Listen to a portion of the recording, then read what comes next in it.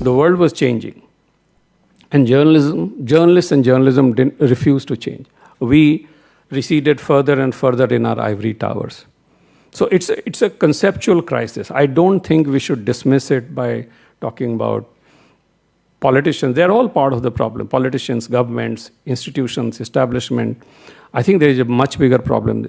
The intermediaries are no longer as valuable as they once used to be because technology has disintermediated the whole process of communication flow. So that's the first big problem. The other problem is that with all of this, as the world was changing, journalists refused to even adapt to technology. I remember when I first joined the Times of India, a reasonably senior journalist, mid-level person, one of those news editor types.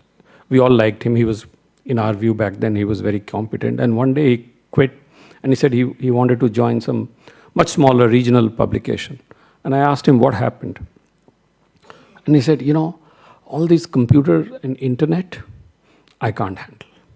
I don't trust any of this. And at this rate, I just love the pen. I want to write with my pen. And I do not want to edit or write on a computer. And that reluctance to change has cost us very dearly. I remember when my former boss Arun Puri wanted to launch India's first live news channel, Aaj Tak.